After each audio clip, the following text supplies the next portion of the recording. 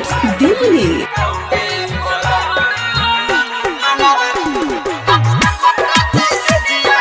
DJ Mukesh Chakiya. पिया तोरा जब धरे जिया काप जाला धरे, पिया तोरा जब धरे जिया काप जाला करे, बिपिलो भइले बा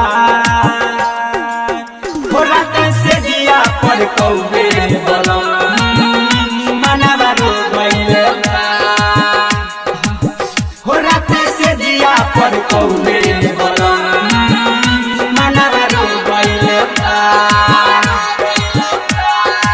सीधे रिकॉर्ड्स दिल्ली। डीजे मुकेश चकिया।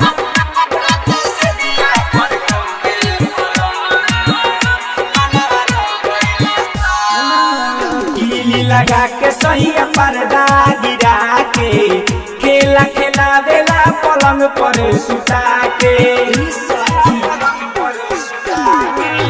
कीली लगा के सही पर्दा गिरा के खेला खेला देला पलंग पर सुता के, मिलल बेदर्दी मरदा उड़ा में रतिया में गरदा, हो मिलल बेदर्दी मरदा उड़ा में रतिया में गरदा, नथिया खो गइले बा हो रात से जिया पर कौवे बलम मनवा रो गइले बा, हो रात से जिया पर कौवे बलम मनवा रो गइले बा। सीधे रिकॉर्ड्स दिल्ली। डीजे मुकेश चकिया।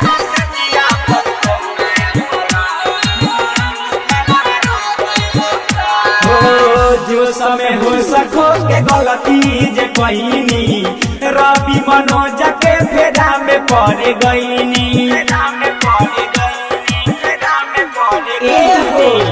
जो समय हो सको के गलती जे कहीनी, रवि मनोज के फेरा में पड़ गईनी, सुबह उठल ना जाला पूरा देहिया पिराला, हो सुबह उठल ना जाला पूरा देहिया पिराला, गड़बड़ हो गइले बा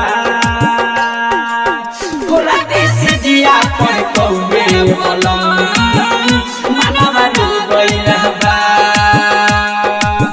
हो रात से जिया पर कौवे बलम